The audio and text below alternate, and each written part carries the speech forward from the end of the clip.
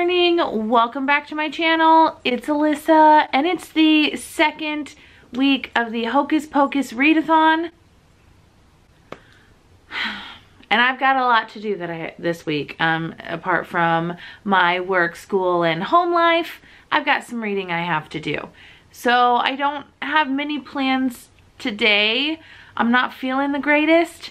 I just, I've had this weird throat thing going on for a long time. And my tonsils just feel swollen. And then I kind of have a headache and I feel very sinusy. So I'm going to take it easy today.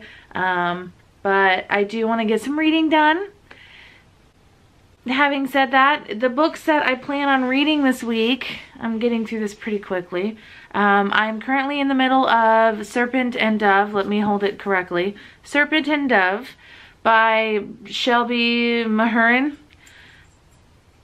This, I'm not that far into it, so I really can't tell you much. I've read like the first 50, 70-ish pages, so I don't, not that much has happened. It's been a lot of backstory and developing what's going on in the world. So I'm not, like I said, not that far into it. All I know about this is it's about a witch that marries a witch hunter. A lot of people are singing its praises. Ruby. Sorry, I had to edit this a little bit because Ruby keeps licking the tripod and trying to knock it over, and it's a little annoying. And Potter gets stressed out whenever one of the other pets is annoying. But that's all. I'm gonna plan on reading this today. And then I also want to get through, well, the Diviners. But first I want to talk about House of Salt and Sorrows. This was the one between, I can speak, between, what is it, Grey? The Devouring Grey and House of Salt and Sorrows. This was the one that most people voted on. So I'm going to read this. I heard though that it's really creepy and spooky. So hear me out. I may not get to this. She's thick and I may not get to her. I have a lot that, like I said, that I have to do this week. So reading wise, I'm not sure how this is gonna work out. So because this one's spooky, I actually may end up putting this one for the prompt, a book that frightens you, and I may pick up The Devouring Grey. I'm not sure. Being on Team Sanderson, I can add, Sanderson Sisters, I can add 5 points to a prompt. So technically that would take the place of one of these prompts. But the competitor in me wants to make sure that Team Sanderson Sisters win. So I do want to complete all the prompts. You see what I'm feeling right now? But I may end up putting this one in for the something spooky because a lot of people are saying that it's spooky and creepy and there's a lot of like really spooky vibes. So we'll see. We'll see how my reading goes this week. But there we go. Those are my plans for this week as far as reading goes. Like I said, today I'm just gonna try and take it easy. My cat's decided that right now while I'm filming she needs to eat. But that's it for now. I'll check in with you later. Bye!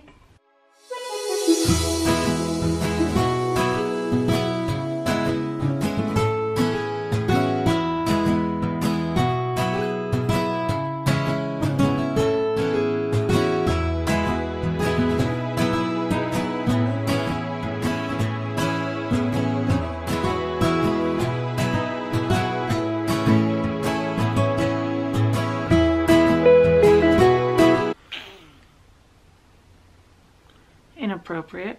Good morning. New day, new hoodie, new candle. So I didn't check in with you at all yesterday. Like I said, I wasn't feeling well. Pretty much stayed in bed for most of the day. But I did get over halfway through Serpent and Dove. I think I'm on page like 300 right now. It's hard to explain without giving a lot away. So this is set in a world that's reminiscent of the Puritan times. So like the Salem witch trials, which happened the late 1600s, I think 1692 to 1693. So it is reminiscent of that time, but it's set in like a French time, like a French, not time, like a French world. And there's not a crazy amount of world building in here. Essentially, the witches were here first and had owned the land first, and then the settlers came in and took it, and then witchcraft became illegal, and then a religious sect rose up, and then they trained their own soldiers to hunt witches, but it's all like based on religion. I do like that side of things because I know I've said in other videos I love religion in fantasies, but this is basically the same. It's Christian, like Puritan Christianity, not just like regular modern day Christianity. It's very Puritan, very strict Christianity, just a lot of extremes, people getting into hysterics over nothing, that sort of thing, just like in Puritan days. I don't know how many times I'm gonna say Puritan in this video, and I'm probably not explaining this correctly because it's in the morning and I'm tired. But I wish that the religion in here had been changed just a little bit, had been made more fantasy, because otherwise I would have just preferred it to be set in 1692 here, instead of in this fantasy world that's basically our world set in this world, you know? So that is one gripe that I have. I really like where this book is going. It's pretty predictable. It's very slow moving, not that it's boring. So the relationship between the two main characters, Lou and Reed, is very slow and takes a long time to build. While I'm reading it, I don't think that it's boring. I don't think it's slow paced, but looking back, I'm on page 300 and I can't tell you a whole lot of what's happened because not a whole lot has happened. And what has occurred, I can't really tell you because that'll give the story away. But essentially Lou, one of the main characters, is a witch, and she's decided she gave up being a witch and ran away, and is now having to use her powers again. And then there's Reed, who is a witch hunter, and he was raised by the Archbishop. He was found like in a dumpster when he was a baby and is just very, very, very religious. They, through a set of circumstances, are forced to get married. He doesn't know she's a witch. She knows that he's a witch hunter. So that's where we're at in this book.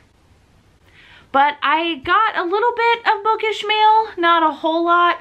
So I thought that I would share it with you. I haven't been doing like big book hauls because I haven't been getting a lot of things other than like my book of the month boxes and like 1 or 2 books here and there, which I don't think is worth showing. So this just came in the mail and I'm super excited because I really wanted this version, and it's the black cover of The Cruel Prince. I have the white paperback, but then I have the black cover of The Wicked King. And I know I said that I wasn't planning on finishing this series, but the 3rd book is coming out. I want to get the black cover of that too. Just so, 1, I have the set, and 2, I have been hearing crazy good things about it. I really enjoyed The Cruel Prince. My issue was the first half of this book, or I would say the first like 2/3 of the book, were kind of boring and slow paced and felt like I was just in like a high school bully drama book. And not that there's anything wrong with that, but it wasn't what I expected. The last third of the book was intense and crazy and just, oh my gosh, and I couldn't put it down. But then when I went to read The Wicked King, I was a little bored in the beginning, so I put it down. But I do want to finish this series, I think. So when Barnes & Noble announced that they were bringing out the black cover for The Cruel Prince, I had to pick it up so I can have a matching set. Let's check it out under the dust jacket. I don't know if you can see it. There we go. But yeah, that's what it looks like under the dust jacket. I'm excited to have this as a part of my collection. I'm not going to be one of those people that buys every version. It just so happened I had the black cover of The Wicked King, so I would like it to match. But that's that. And then my book of the month, I was very excited, so I actually already opened it because I'm a terrible person. So sorry, a lot of noise later. I got 3 books this month. Normally I just get the 1. Sometimes I get 2 depending on what it is. But there we go, the box is open. We are done. But I saw 3 books that I really wanted. I was on the fence about this first book, and then when I saw that the book of the month had it, I was like, why not pick it up, because it's a little cheaper than buying it through Amazon since it just came out, and then also just any other place since it just came out. And that is The Beautiful by Renee Ahdieh. I've heard a lot of mixed things about this. I've heard some people saying that it was boring and nothing happened, and then some people are just singing its praises. Essentially, this takes place in New Orleans in the 1800s, and there's vampires and there's this like possible serial killer on the loose at the same time. I'm for it. Perfect for this Halloween season. I'm definitely going to get to this after the Hocus Pocus Readathon. I'm excited. Also, I picked up a historic fiction, and that is The Fountains of Silence by Ruta Zepedes. This is about the Spanish Civil War, and I studied that last quarter. I'm thinking, sorry, they all just kind of go together. But I studied that. I'm a history and anthropology major, so I love history.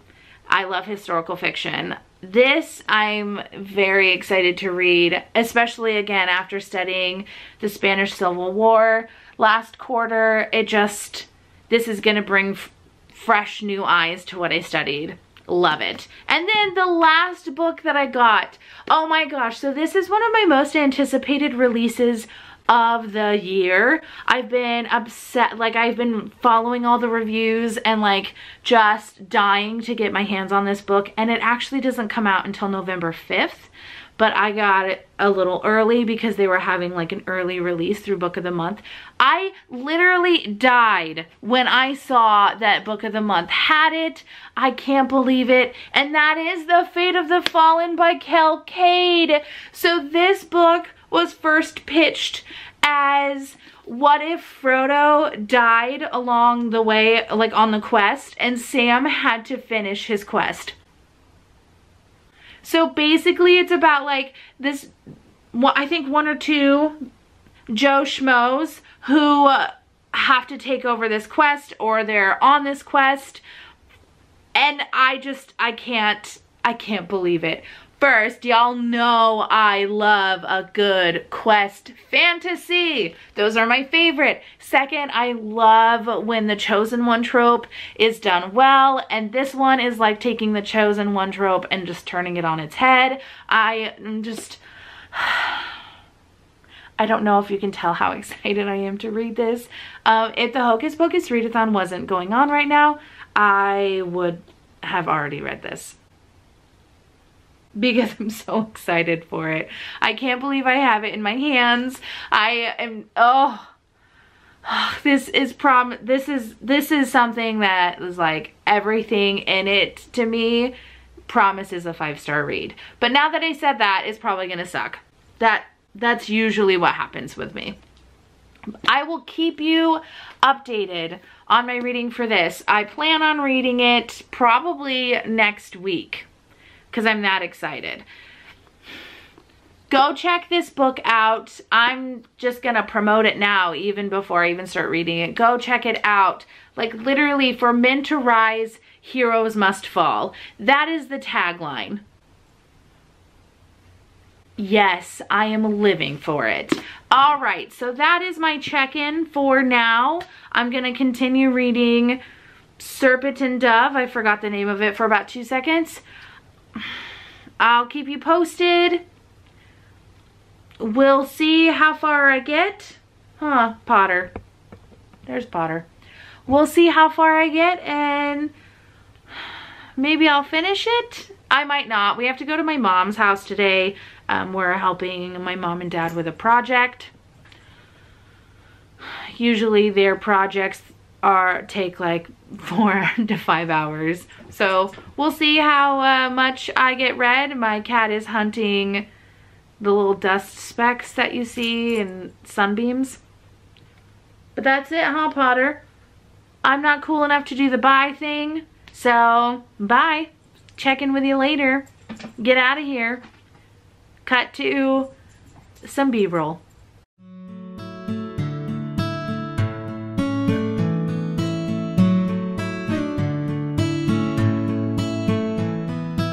Hello, I'm back. So, Serpent and Dove. I'm 400 pages into it, something like that. We got back from my mom's house. Megan's very tired. We're helping replace their hood range hood, whatever it's called, above their stove. And that they had a stainless steel heavy one.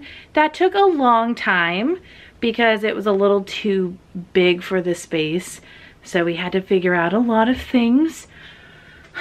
That took 5 hours. And then we just got home and Megs is tired because she did most of the heavy lifting and all of that while I chit-chatted with my mom. So I'm 400 pages in. I know that this book had some controversy over the sex scene, and I read it. I mean, I can see why. I think this is marketed as YA, but it's actually like young adult. I think that the characters in it are 18, 19 years old.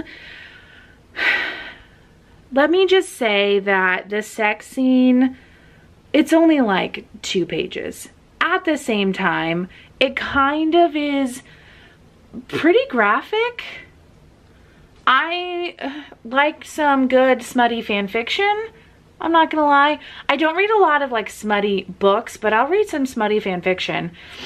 And I feel like y'all know, if you've read some smutty fan fiction, you know exactly what I'm talking about. There's like a lot of detail and you're like, woohoo, okay, this is happening, all right. Kind of was close to that level, not quite. But not a lot has happened in this book still. What has happened, I predicted. And not just because like, oh, I predicted, but it just was easily predictable, easy to figure out. I think there's like 500 and something pages. I'm not going to finish that tonight. Megs and I are going to watch a movie and then go to bed. But we'll see. I'll probably finish it tomorrow. I want to finish it. I need to finish it because I need to move on to House of Salt and Sorrows. House of Salt and Sorrows. So I need to move on to that. Why does that title have to be so freaking long? Anyway, I will check in with you tomorrow. And that's it for now. So bye.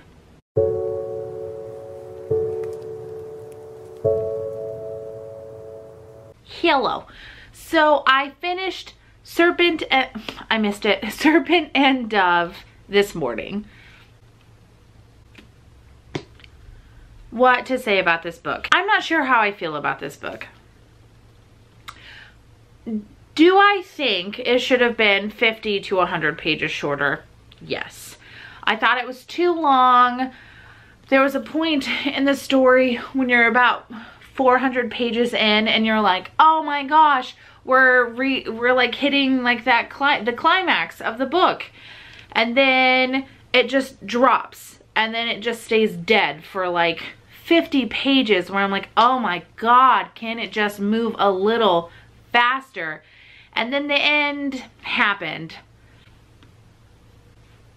And it was predictable. And I didn't enjoy it. And this book is a good book. I like Shelby Mahurin's writing style.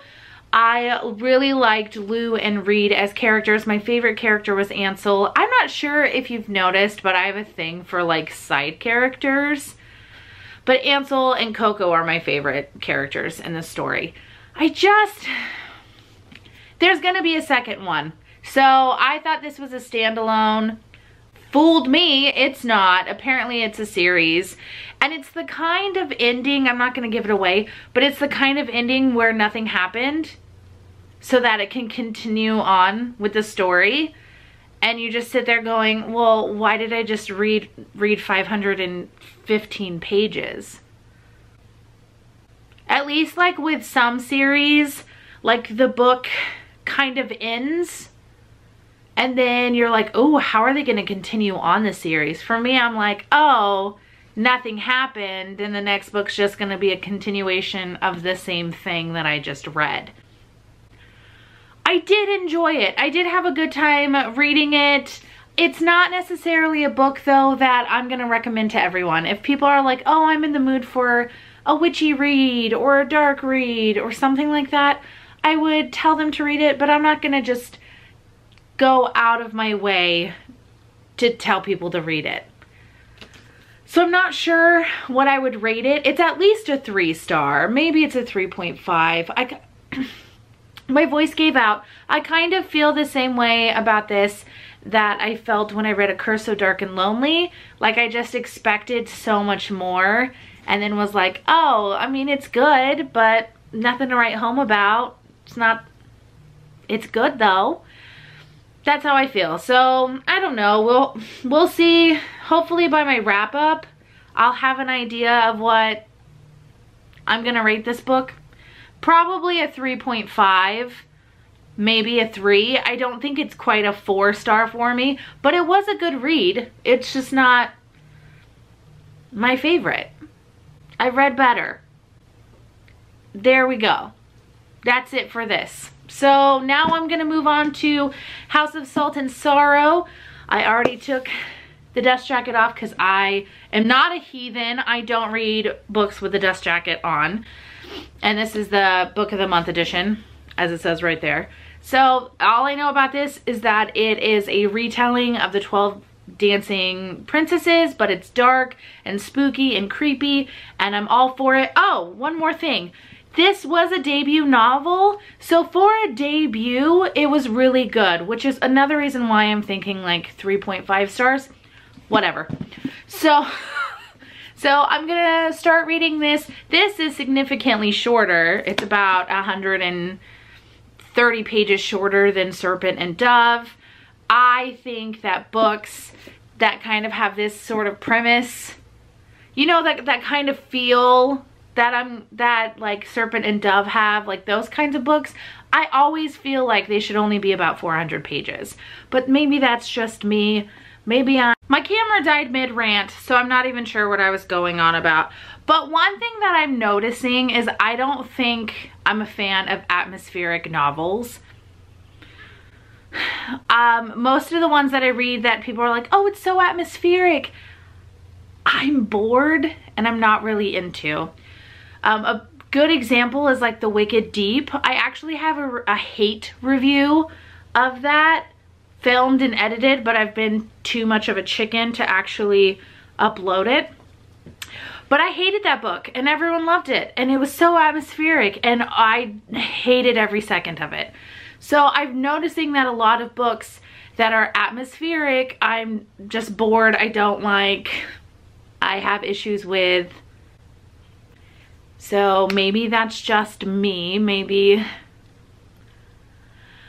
I don't know. I'm discovering more things that I like and that I don't like. But that's it for now. My camera died, so I forgot what I was saying. So there you go. Read Serpent and Dove if you want to. If you're doing the Hocus Pocus Readathon, definitely please read it, because that's points. But other than that, I'll see you guys next time. See y'all next time. Not guys. See y'all next time. And that's about it. So, bye.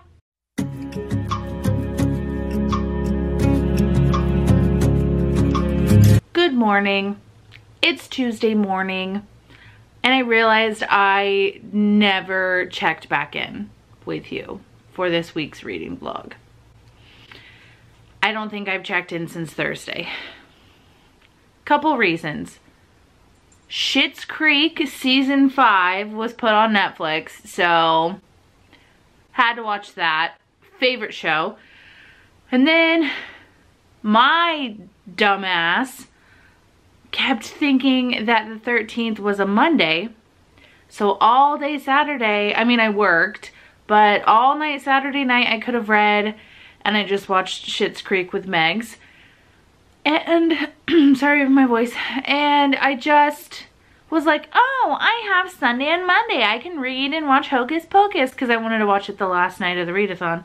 It was literally as I was falling asleep that Megs was like, how much more reading do you have to get done? Because you only have one more day. What? Excuse me? Excuse me, what? One more day? And then I looked at her and I was like, no, today's the 12th. I have until Monday. And Megan was like, your thing ends on your readathon ends on the 13th. That's tomorrow. So I failed my own readathon because poor planning on my part, basically. But I failed. So I did not even touch. I think I read one chapter, which is like 5 pages, of House of Salt and Sorrows. I watched Hocus Pocus because I weighed reading the book versus watching the movie what matters more. So I ended up with 45 points. Technically 40 points, because being on Team Sanderson Sisters, I got an additional 5 points. Okay, so I ended up with 45 points, and I did not help bring our team to victory. Team Undead won this year. They will enjoy their eternal rest. I am not immortal. And those pesky children technically won because I lost. So, Team Sanderson Sisters, we will win next year. Watch out. But congratulations, Team Undead. You guys killed it. And I just can't believe this readathon is over. I'm so grateful to everyone who participated. I'm so grateful to everyone who made this happen.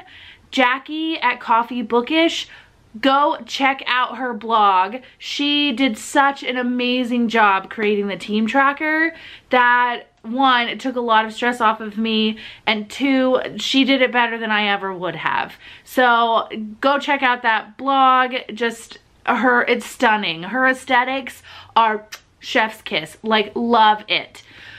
If you couldn't tell, I'm just very excited. But that's it for this week's wrap up. I read one book. But at least I read a book. And go watch Schitt's Creek. If you've never watched it, are you really living?